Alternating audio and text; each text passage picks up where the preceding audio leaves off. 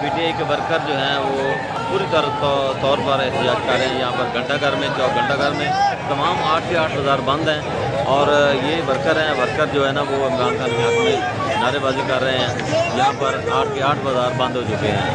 ये आप देख रहे हैं कि पाकिस्तान तहरीक इंसाफ के वर्कर्स ने फैसलाबाद के तमाम 8 के 8 बाज़ार जो हैं वो बंद करवा दिए हैं। और ये देखें, ये वर्कर भी यहाँ कसीर तादाद में जमा होना शुरू हो गए हैं। ये वर्कर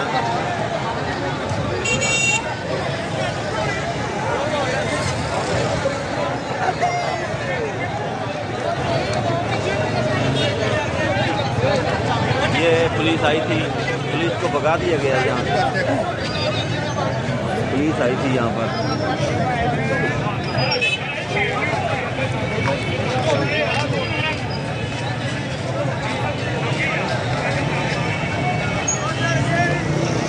पुलिस यहाँ आई थी लेकर पुलिस को पीछे की तरफ से घेर लिया है फैसलाबाद के अंदर।